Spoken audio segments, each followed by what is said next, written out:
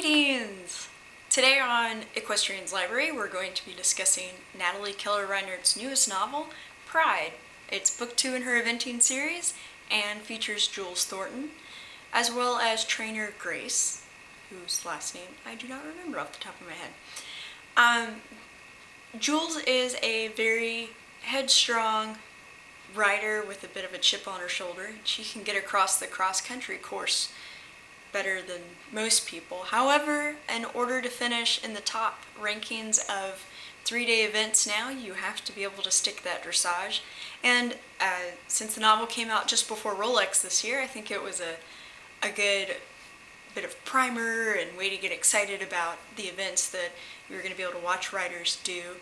And if you're wondering, USCF.org, I think it is, has they shot a lot of footage and they streamed many of the events, as well as now they offer you to be able to go back and watch it. So if you're interested in Rolex 2016, go take a look at that.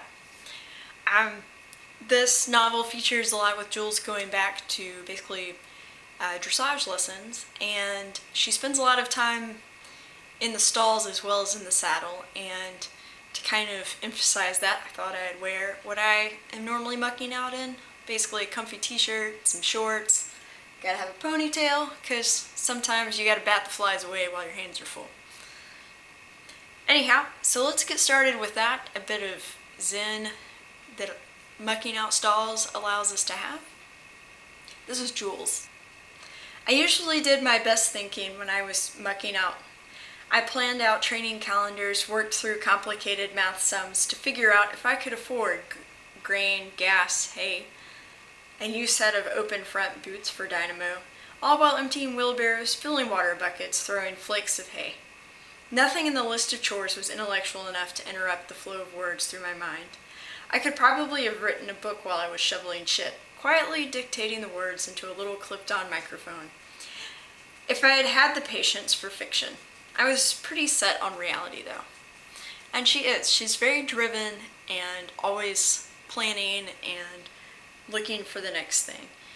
And so we see that moment of zen become something that she's able to start to capture in the saddle as she works with Grace and with her 2 horses. Now, going from the horse country of Ocala, Florida to the urban Orlando setting, and being so close to that wonderful magical place we all know as Disney, of course there's going to be some bright lights in Jules's future. Oh my God, I breathed. I hadn't seen fireworks like this in years. This was no Williston Fire Department Independence Day at the athletic field fireworks display. This was more like New York City on Independence Day. A huge white explosion filled the sky, and a few seconds later the resultant boom shook the door sill under my fingertips. It was beautiful, and for a moment I let myself just take it all in. I loved fireworks when I was little. Why had I stopped loving fireworks?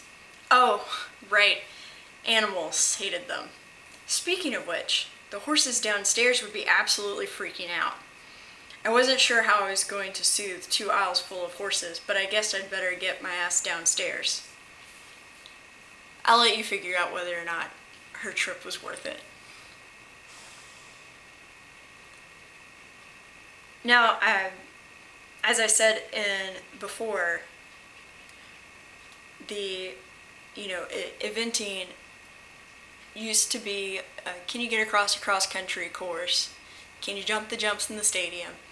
And, oh, okay, you and your horse go do some dressage, and we'll get on with it. And now the dressage score is more heavily weighted, and so that's changing a bit the look of 3-day eventing.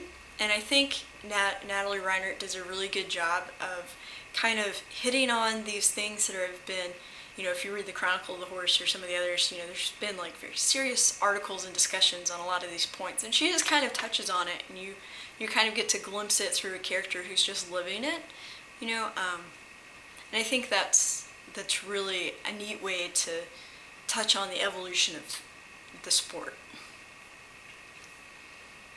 And speaking of that, if you're, if you're going to make money being a trainer, and I'm sure, though this is a novel, this is also true in real life, that you've got to stand out somehow, and it can't just be that, hey, I have better scores. You have to do something different. You have to train in a different way and really find your niche clients. And so this is Jules talking with Grace towards the end of their training time together. Jules asks, "What would that be? We were riding in a sport with 1,000-year-old traditions and expectations. I wasn't sure thinking outside the box was really appropriate or cost-effective." Grace answers, "If you don't figure it out between now and the end of summer, I'll help you decide." Grace promised, "Until then, keep your mouth shut and think about nothing but dressage."